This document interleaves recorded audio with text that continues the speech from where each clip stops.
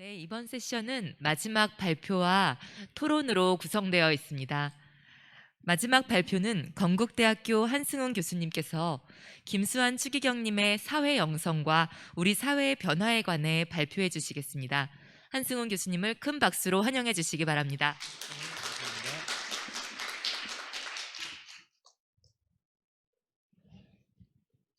예, 소개받은 한승훈입니다. 제 발표는 PPT를 통해서 이제 제가 발표를 하게 된 계기를 말씀드리고요. 그 다음에 이제 이 본문 발표문의 내용을 요약해서 이제 읽어드리는 두 가지 방식으로 진행해드리도록 하겠습니다. 김수환 추기경께 선종하셨을 때 이제 내 외신에서 했던 공통적인 평가가 있었습니다. 바로 민주화 운동의 정신적 지주라는 평가였습니다. 돌아가셨을 때 2009년이었고요. 그때가 제가 박사과정 다니고 있을 때입니다. 저는 그때 이제 19세기 후반 한국 근대 이제 국제 정치사를 연구하고 있었습니다. 이제 조선과 영국의 외교 관계. 영국은 카톨릭도 아닌데 좌우간. 근데 이제 박사과정생이었는데 제가 이제 카톨릭 신자다 보니까 그 신자인데 한국사 연구자들은 좀 그런 마음이 있어요. 언젠가 나는 교회사를 연구해서 교회에 봉사하고 싶은 그런 어떤 소망, 열망들이 있거든요.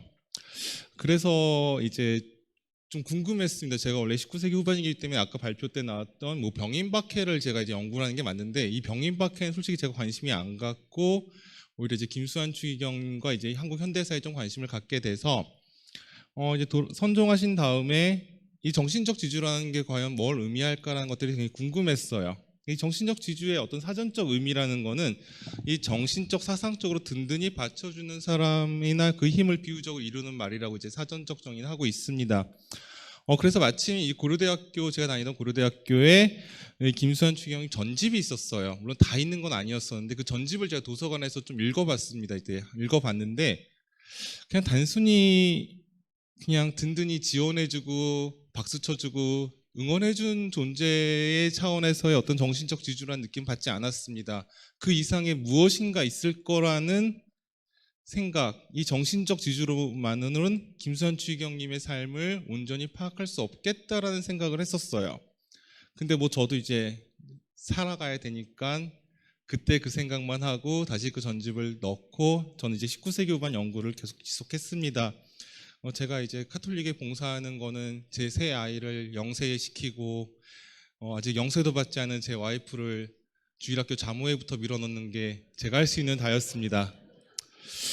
예, 그러다가 이제 임민균 소장 신부님으로부터 이제 제안을 받았습니다. 이제 김수환 추기경 사회 영성에 대한 부분들 이제 발표 제안을 받고, 토론문에도 나왔지만 저에겐 굉장히 생소한 주제입니다. 제가 이제 근대사 전공자이기 때문에 이 현대사 부분에 대해서는 굉장히 좀 예전에 그래도 이제 취약했지만 그래도 예전에 박사과정 때 한번 봤던 기억이 있어서 이제 용감하게 지원을 하게 됐고, 예, 그 결과가 나왔는데 연구 성과랑 이게 보면서 이제 대부분 이제 악파의 발표도 나왔지만 김수영 추기경님의 이 독일 유학의 경험, 그리고 특히 이제 제2차 바티칸 공의회라든지 이 경험들이 이제 김수환 추기경님의 이제 추기경 이후의 활동에 굉장히 큰 영향을 끼쳤다라는 것들은 이제 확인을 할 수 있었습니다. 근데 이제 제가 궁금했던 거는 과연 이 독일 유학과 제 바티칸 공의회라는 어떤 전 외적 요인으로 얘기를 하겠습니다. 이 외적 요인으로만 우리가 과연 김수환 추기경님의 삶을 볼 수 있을까? 그래서 제가 이제 궁금했던 건 이제 내적 요인, 이제 한국사적인 측면에서의 어떤 그런 관심이었습니다. 한국 천주교회는 아시겠지만 이제 독재 정권, 이승만 독재 정권에 저항을 했습니다. 그래서 거기에 대한 유산이었을까라고 생각을 했었습니다, 처음에는. 근데 가만히 생각해 보니까 이승만 정권과 이 자유당 같은 경우는 이제 어찌 보면 당시 이제 대척점에 있었던 이 장면 박사에 대한 어떤 그 장면 박사가 한국 천주교의 핵심 인사라는 점을 악용해서 거기에 대해서 굉장히 탄압을 하고, 어찌 보면 이게 1957년 8월에 이제 경향신문의 사설인데요. 이 경향신문에서 이제 그 사설에서 이제 천주교의 종교적 사명을 얘기했지만, 이 종교적 사명은 어찌 보면 민주주의 사회의 건설이라기보다는 이승만 정권에 대항한 성격이 강하지 않았을까, 이 장면과 이승만으로 대척되는 좀 그런 측면이 좀 해서 이제 물론 이게 김수환 추기경의 어떤 민주주의에 대한 열망과 일정 부분 어떤 맥을 같이 하지만 그걸 이제 연결선상에서 보기엔 좀 어렵지 않을까라고 생각을 했습니다. 그러면서 굉장히 한동안 고민에 빠졌고 그 고민 때문에 제가 발표문을 좀 늦게 보내는 굉장히 죄악을 저지르기도 했는데요.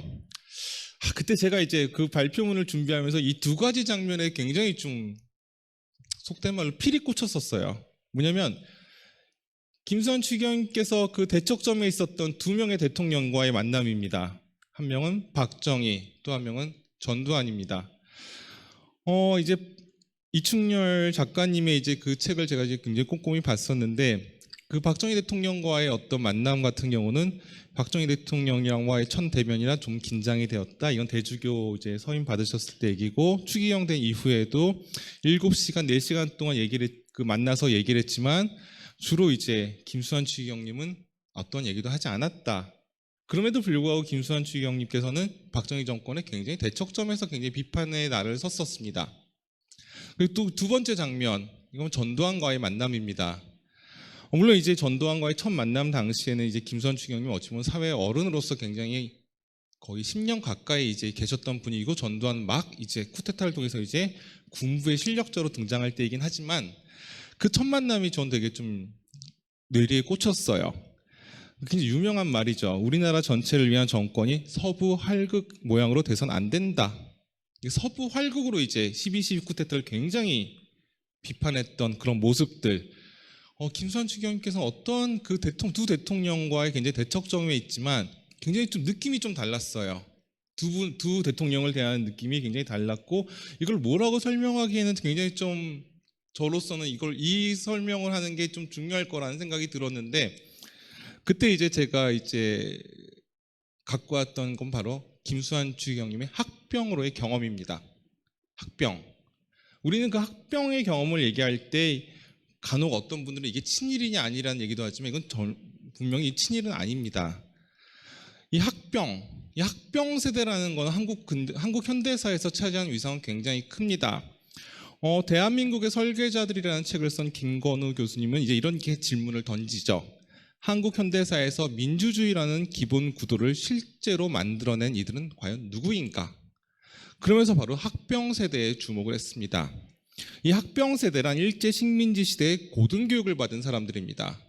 지금은 대학 입학률이 거의 90%이기 때문에 대학 입학이라는 것들이 큰 의미가 없지만 이 당시에 고등교육을 받는 사람들은 극히 소수였습니다. 그들이 바로 학병으로 끌려간 거죠. 예. 어찌 보면 이제 그들은 이제 친일에 비해서 앞선 세대에 비해서 친일에 대해서 굉장히 자유로웠고 그들은 1950년대 중반 한국의 국가 건설이 본격화되었을 때 윗세대에 의존하지 않고 스스로 국가 건설의 주체가 됐던 그런 한국 현대사의 주역 중의 주역들이었습니다. 그 김건우 교수가 쓴 이 대한민국의 설계자들에서도 이 한국 천주교의 민주주의의 설계를 위해서 굉장히 혁혁한 공을 세우신 두 분을 얘기하죠. 바로 지학순 주교와 김수환 추기경님이십니다.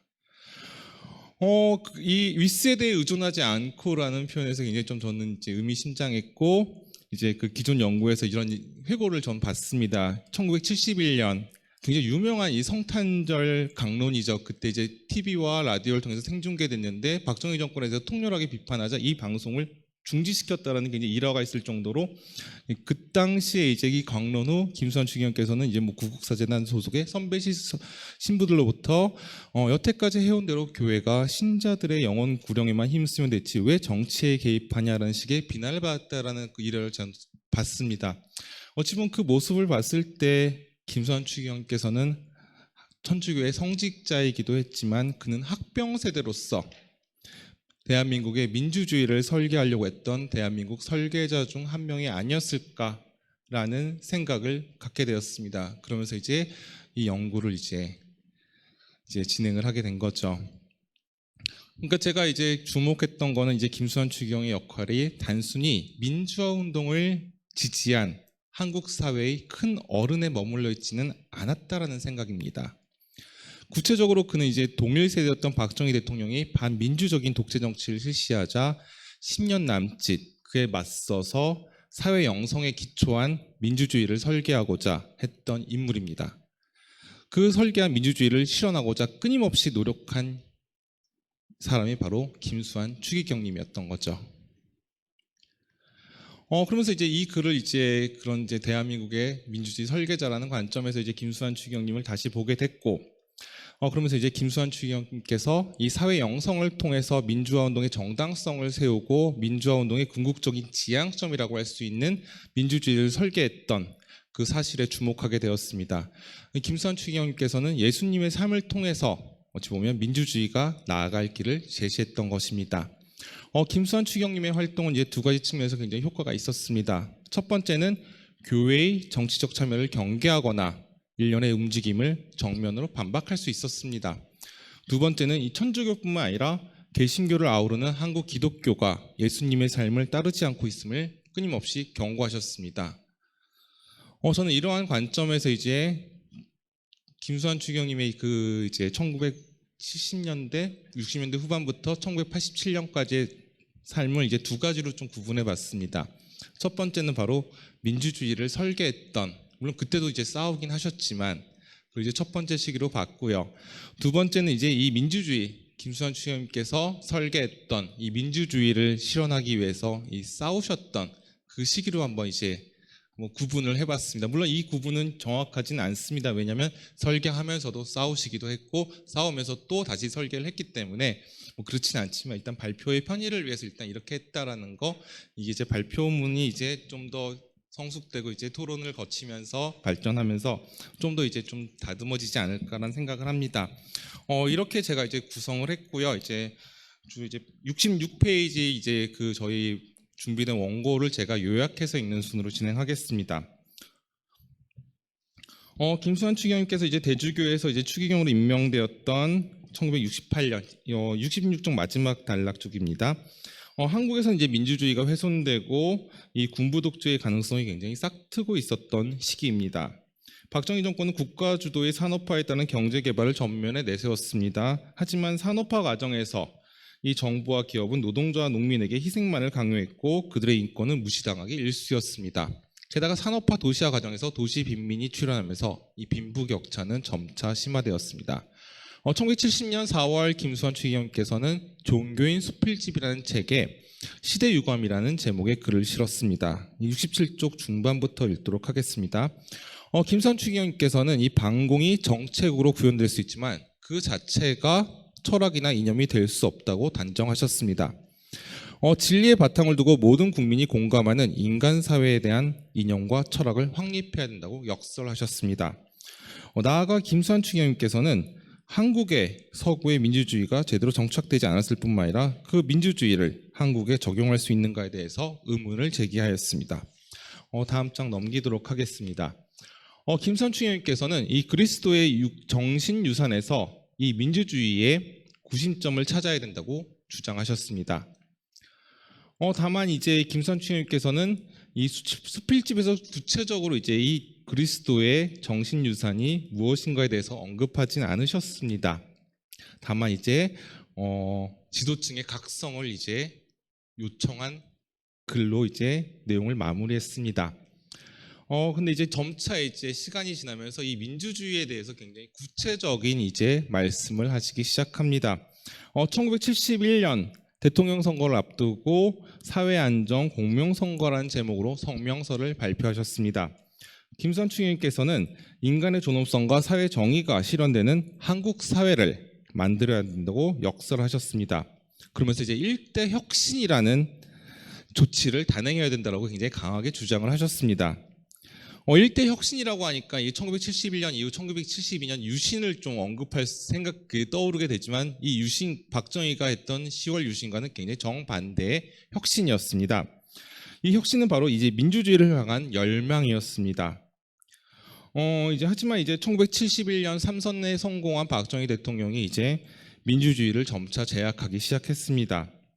그래서 1971년 크리스마스 이브 당시에 김수환 추기경님께서는 그 유명한 성탄절 강론을 발표하시게 되십니다.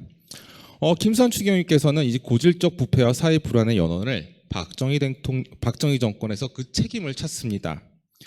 김수환 추기경이 보기에 박정희 정권은 극복해야 될 사회의 부조리를 유지하는 정치 세력에 불과했던 것입니다.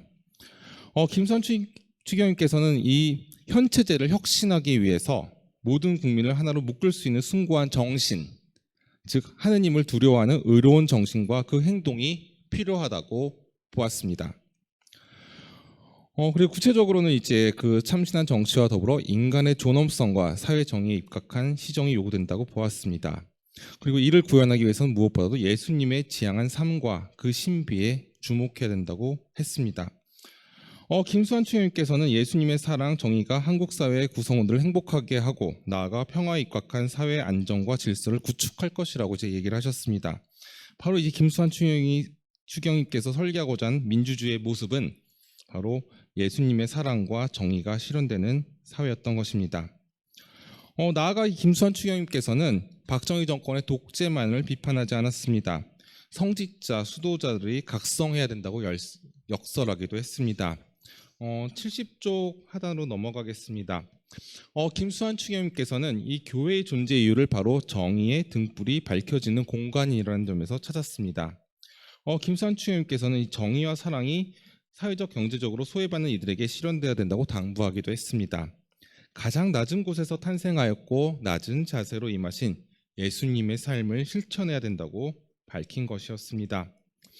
1972년 2월 창조지에서는 이제 지성, 양심, 자유의 존엄성이라는 제목으로 이제 김수환 추기경님께서 글을 남기셨습니다. 김수환 추기경님께서는 이 자유민주주의 체제에서 가장 존중해야 될 가치관으로 지성, 양심, 자유에 대한 존엄을 꼽으셨습니다.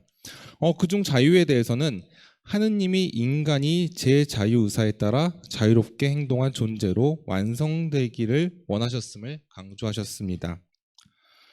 그리고 이제 김수환 추기경님께서는 바로 정부가 안보를 빌미로 자유를 제약하는 경우를 굉장히 경계하였습니다.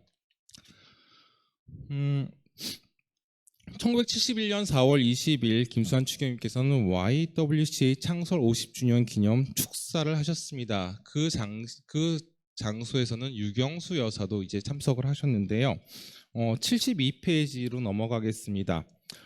김수환 추기경님께서는 자유와 평등 그리고 인간다운 사회의 건설을 역설하셨습니다. 이는 비단 민주주의의 실현만 있지 않았습니다. 김수환 추기경님께서는 인간다운 인류 사회의 건설이 바로 우리는 모두 형제라는 그리스도교의 기본 정신에 부합함을 강조하셨습니다. 나아가 김수환 추기경님께서는 빈부의 격차, 세대의 격차, 부정부조리를 인해 불신, 분열 그리고 대립을 조장하고 있는 한국 사회에서 무엇보다 그리스도인들의 근본 사명인 형제를 발휘해야 된다고 역설하셨습니다. 김수환 추기경님께서는 이제 서울 시내에 이른바 그리스도 교회가 각 교파를 합쳐서 근 2,000여 개가 있지만 그리스도 교회가 형제라는 사명을 제대로 수행하고 있지 못한 현실을 비판하기도 했습니다.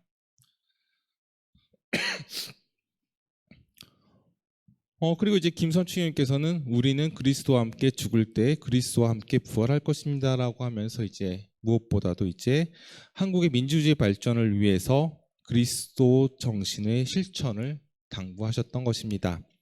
1972년 8월 15일 김수환 추기경님께서는 현 시국에 대한 담화문을 발표하셨습니다. 그 담화문에서는 이제 한국 천주교를 대표해서 당신의 소신을 이제 밝혔는데요. 그 핵심은 바로 금권 만능 부정부패의 혁파에 있었으며 그 혁파의 궁극적인 지향점은 바로 민주주의 확립이었습니다. 73쪽 이제 중하단인데요. 김수환 추기경님께서는 이제 남북 대결의 승패를 이제 인간 간의 확립과 민주 역량의 배양에서 판가름 난다고 역설하였고요. 국민에게 폭넓은 자유를 보장하여야 하며 공명한 선거와 균등한 기회를 보장을 통한 민주주의가 실현돼야 된다는 입장을 취하였습니다. 하지만 김수환 추기경님의 바람과는 달리 한국 사회는 민주주의를 역행하는 그 과정을 겪게 됩니다. 특히 이제 10월 유신을 박정희 정권이 단행하면서 박정희 대통령은 영구 집권을 위한 길을 가게 되었습니다. 그때 이제 1973년 YMCA 강당에서 이 김수환 추기경님께서는 교회가 현실 참여를 해야 하는 이유라는 제목으로 연설을 하였습니다. 김수환 추기경님께서는 이 74쪽 중간 부분입니다. 이 교회가 인간의 존엄성을 수호하려는 이유를 바로 인간이 이제 하느님을 향해 창조되었으며 예수님이 십자가에 못 박혀 죽음으로써 구원된 존귀한 존재라는 점에서 찾았습니다. 이어서 이제 김수환 추경님께서는 오늘날 한국 사회가 인권 침해가 극심하기 때문에 교회가 인권의 확립을 주장하게 되었다라고 이제 밝혔습니다. 75쪽 중하단 잠깐 읽도록 하겠습니다. 이제 김수환 추경님께서는 이제 국가의 중대한 사명과 의무는 바로 국민의 기본 인권을 증진하고 그 인권을 침해받지 않도록 보호하는 데 있다고 역설하기도 했습니다. 예. 76쪽 중단으로 넘어가겠습니다. 김수환 추경님께서는 이제 하느님이 인간에게 주신 인간의 존엄성을 존중하고 인권 및 자유를 보장하는 체제가 바로 민주주의에 부합한다고 이제 밝히셨고, 그런 이유로 교회는 당연히 하느님의 뜻에 따라 한국 사회의 민주주의를 구축해야 된다라고 이제 역설하였던 것입니다.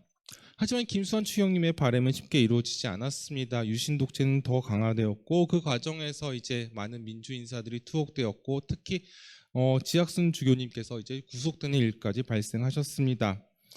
그러면서 이제 이 정부와 언론에서는 이 천주교의 사회 참여의 부분에 대해서 굉장히 비판적인 그런 시각을 보이기도 했습니다. 그에 대해서 이제 1974년 12월 25일 김수환 추기경님께서는 이제 진리를 증언한 교회라는 제목의 이제 강론 메시지에서 다음과 같이 얘기했습니다. 이제 77쪽의 내용이고요. 김수환 추기경님께서는 이제 교회의 삶의 참여와 사회 참여를 분명히 했고 인간보다 하느님께 먼저 순응해야 된다는 뜻을 밝혔습니다. 그리고 이제 진리만이 우리를 자유롭게 해줄 것이라고 주님께서 말씀하셨습니다. 진리 수호를 위해 십자가를 진 자만이 참으로 자유인이 될 수 있다라고 강조했습니다. 즉 김수환 추경님께서는 양심에 따라서 진리를 추구하는 것이 예수님의 가르침임을 분명히 밝히는 것을 밝혔습니다.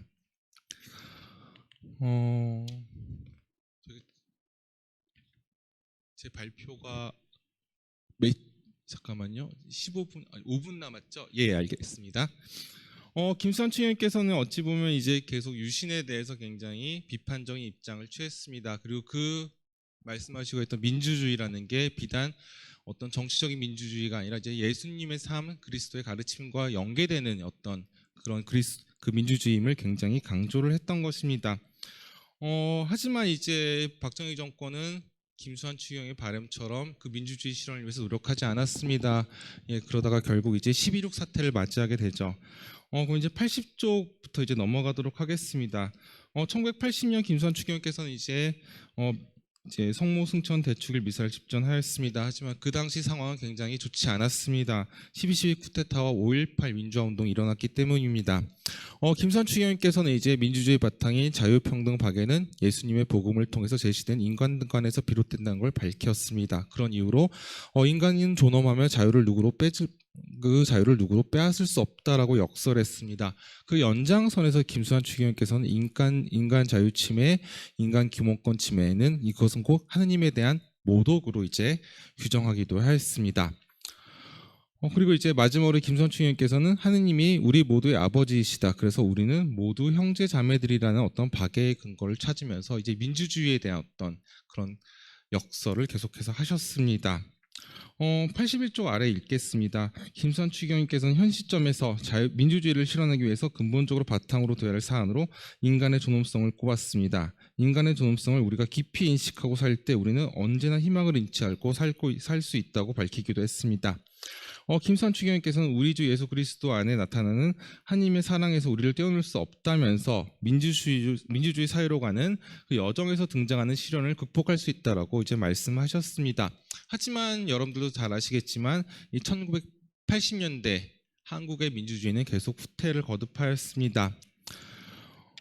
그리고 이제 1981년도 마찬가지고 1982년 같은 경우는 바로 이제 그 부산의 미국 문화원 방화 사건이 발생하고 그 과정에서 이제 바로 이제 원주교구 관계자들 이제 최기직 신부를 비롯해서 이제 천주교 신부님들이 이제 구속되는 일들이 발생했고 민주화 운동을 했던 학생들이 이제 도피하는 과정에서 이제 천주교 신부님들이 도와줬다라는 내용들이 이제 언론에 공개되면서 굉장히 천주교는 굉장히 이제 어찌 보면 정부와 언론으로부터 굉장히 어찌 보면 수세를 당하는 이제 그런 입장에 처해 있었습니다. 그 얘기를 이제 제가 82쪽, 3쪽, 4쪽에서 했고요. 그러면서 이제 김수환 추경님께서는 이제 어찌 보면 이제 왜 천주교 신부들이 왜 그 당시에 이제 정부에 이제 반했던 사람들이죠. 왜 그들을 왜 고발하지 않았냐라는 어떤 그런 어떤 사회적 비판에 대해서 이렇게 얘기하십니다. 김수환 추기경님께서 이제 우리 사회의 가치관과 우리 사회가 원하는 사제상을 되물으면서 어찌 보면 밀고를 권하는 사회, 밀고자가 학원이나 사회 구석에서 침투해 있는 사회를 이제 건전하지 않은 사회로 규정하셨습니다.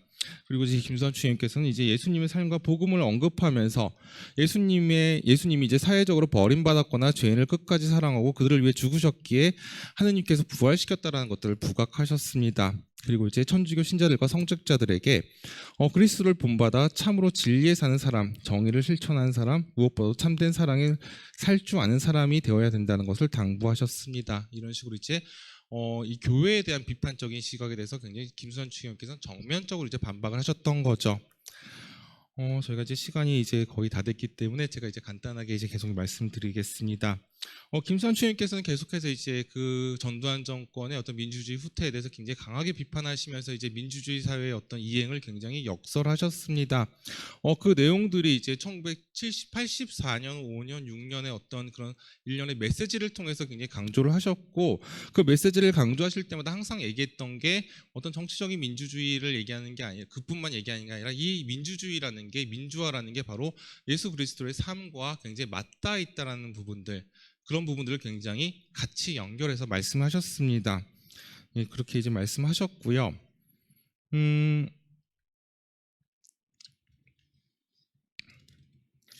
89쪽 이제 하단부터 읽도록 하겠습니다. 이제 1980년 이제 12월 31일 명동 대성당에서 이제 송년 자정 미사가 열렸습니다. 이제 김수환 추기경님께서는 이 민주화의 책임이라는 제목의 강론을 하시면서 1987년 올해 우리나라는 민주화 실현이라는 큰 과제를 안고 있다라고 역설하였습니다. 지금 1987년이 굉장히 중요한 해라는 것들이죠. 대통령 선거를 앞두고 그 부분들을 이제 많이 강조를 하셨는데요. 90쪽 넘어가도록 92쪽으로 넘어가겠습니다. 하지만 이제 여러분들도 잘 아시겠지만 1987년 1월 달에 바로 박종철 고문 치사 사건이 발생합니다. 그때 이제 김수환 추기경 굉장히 분노하셨고, 이제 92쪽 하단인데요. 이제 김수환 추기경께서 이제 강론을 통해서 이제 박종철 군 추모에 대한 어떤 미사를 진행하면서 이 박정희 정권 이내로 이제 군부 독재자들은 항상 자유민주주의 수호를 외치고 있지만 실상은 그렇지 않다라는 부분들을 굉장히 강조했습니다. 93쪽 보시면 이제 김수환 추기경님은 이제 독재 정권이 이 자유민주주의 체제라는 단어를 남용할 뿐 실제는 인간의 존엄성을 무시한 행태를 이제 반복하고 있음을 이제 강조했습니다. 그리고 이제 한국은 교회에서도 이제 인간의 본성에 합치하는 제도로서 인정한 상권 분립에 기초한 민주주의 확립이 필요하다는 점을 이제 역설하였습니다. 그렇지만 이제 이 전두환 정권은 이제 박종철 고문 치사 사건을 은폐 조작했을 뿐만 아니라 이 호원 조치를 통해서 이제 직선제를 향한 이제 민주주의 열망을 굉장히 가로막았습니다.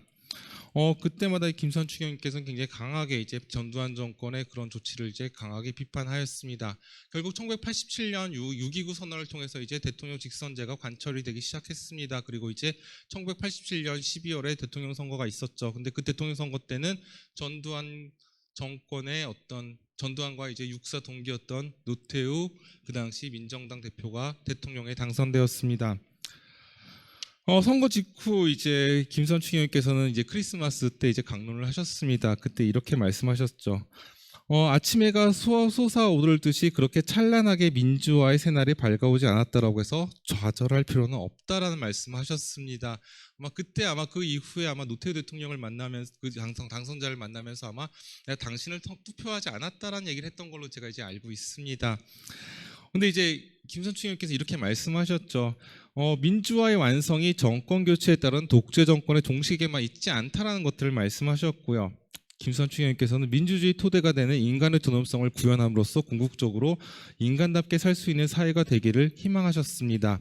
민주주의 실현을 통해서 하느님이 인간을 창조하고 외아들 예수를 인간 세계에 보내시면서 이루고자 했던 사회를 만들고자 했던 것이 김수환 추기경님의 꿈이었다라고 저는 생각을 합니다.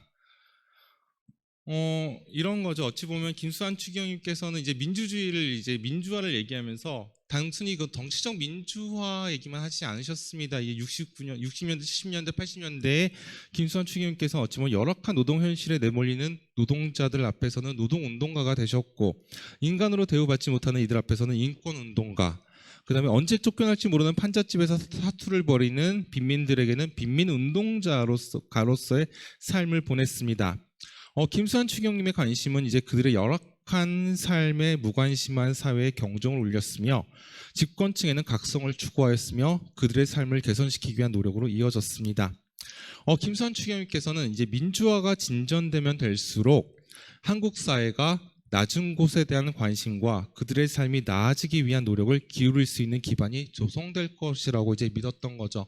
김수환 추경님의 민주주의라는 것은 단순히 정치적 민주주의만을 의미하지 않았다라는 게 이제 제 생각입니다. 나오면을 대신해서 좀 읽도록 하겠습니다. 이제 시간이 다 됐기 때문에 이제 시간을 좀 초과한 점에 대해서 여러분들께 죄송하다는 말씀드리고요. 무엇보다도 제가 이제 준비한 글은 분량은 굉장히 많지만 부족함이 많습니다. 어찌 보면 첫 번째 이제 어떤 교회사의 관점에서 이제 얘기하다 보니까 좀 부족함이 많았습니다.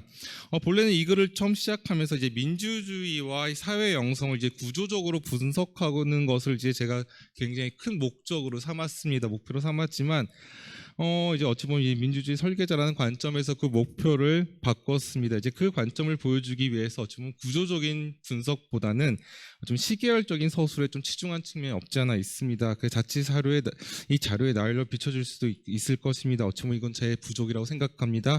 그리고 또 양해를 구하는 바입니다.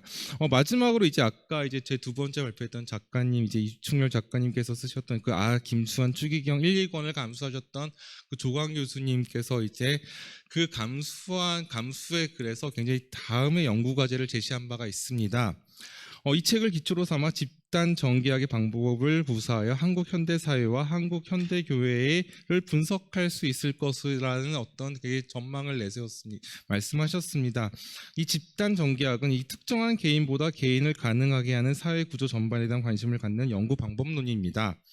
김수환 추경님께서는 그 누구보다도 이 민주주의의 발전을 위해서 한국 교회와 한국 사회의 관계를 고민하셨던 분입니다.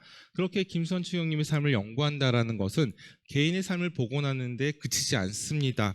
이 보편성, 즉 민주주의와 한국 교회의 어떤 보편적 진리와 각 시대의 특수성이 어떻게 조응하였으며 그 과정에서 한국 사회와 한국 천주교가 어떠한 길을 걸었는가를 밝히는 작업이기도 합니다. 저는 제 생각이긴 하지만 김수환 추경님을 단순히 사회의 큰 어른으로만 기억하지는 말아야 될 것이라는 생각을 합니다. 만약 사회의 큰 어른으로만 기억한다면 김수환 추기경님께서 설계하셨던 그 예수님의 복음과 창조주 하느님의 뜻이 반영되는 민주주의 사회를 잃어버릴 수 있을 거라고 생각하기 때문입니다. 선행연구와 김수환 추기경님 관련 DB를 토대로 집중적인 연구를 통해서 김수환 추기경님께서 그가 진정으로 이루기 위해서 분투하셨던 하느님이 원했던 민주주의 사회를 확인하고 나아가 이를 실천하기 위한 노력이 뒤따라야 될 것이라고 저는 생각을 하면서 부족한 발표를 마치도록 하겠습니다. 감사합니다.